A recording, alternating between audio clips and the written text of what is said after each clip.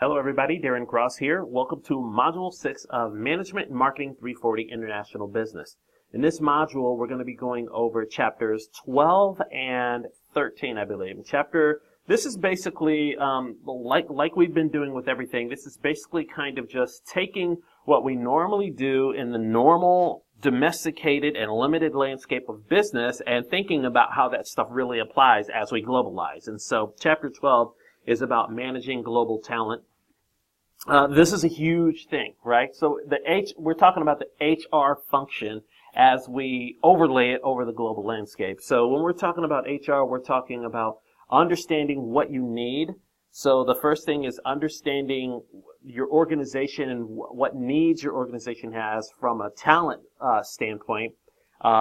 Designing jobs in such a way that they get the maximum output, and in a limited landscape, that's quite a different thing than a global landscape, and to some extent even a virtual landscape. And so after we understand what we need, we have to understand how to recruit, train, develop talent, how to deliver benefits and things like that. And so there are some challenges when we talk about doing that globally. So just expand your mind and think about that as you go over chapter 12. And then chapter 13 is about managing innovation globally. So when you have a company and you're doing this thing that you do, right? So the innovation is about doing something that no one else is either willing or able to do, and becoming good at it. So it's about capabilities, and it's about core competencies and developing some great skills that other companies are not able to do. So think about what that now means now that you're globalizing.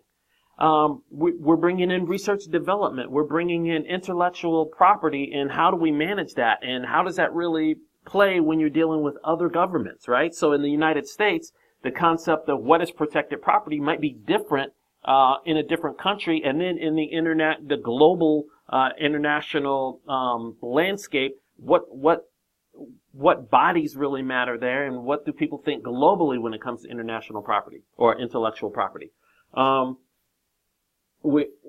To dig a little bit deeper, what about research and development? How does that function change as you globalize? Sometimes we go to places because the talent is in other places. The scientists and the research talent is in other places. How do you manage that, and how do you transfer what's necessary throughout the rest of the organization because it might be global? How do we deal with that? What about the cultural differences in both talent management and intellectual property and innovation management? How does culture come into play with all of those things? What role do the respective governments in those countries play in all of this stuff? It reminds me of a conversation that I had with a friend of mine a couple of years ago who was asking me if I wanted to buy some property down in Costa Rica, and it was a great deal. It was like 1 acre for $100,000. And you might think that's a lot, but it was a beach property. And I thought, that's a great deal. And I asked him, hey, are you a real estate agent? Why are you interested in this? And he's like, no, I just know the people involved in this. And so part of the culture there is that you don't necessarily have to be licensed. The relationships and things like that matter. And so that's different from country to country. In the United States, if you do something like that, you're practicing real estate unlicensed, and so there are going to be some issues there. So how do those nuances change from country to country? These are the things that we're really going to be thinking about and expanding our minds on, but it really is the same thing that we've been doing. Think about this small company and everything that you have to do inside of this small company, and then think about what happens when you globalize. And you're not just saying we do everything everywhere. You're saying we do some things in some places on the basis of what creates the best possible outcome for us. And so it's not just a thing of, well, just make it bigger because now it's global.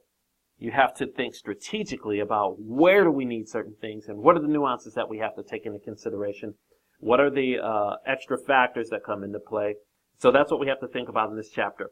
So dig in deep. We're honing in on the finish line. If you have any questions, feel free to reach out. Good luck, everybody.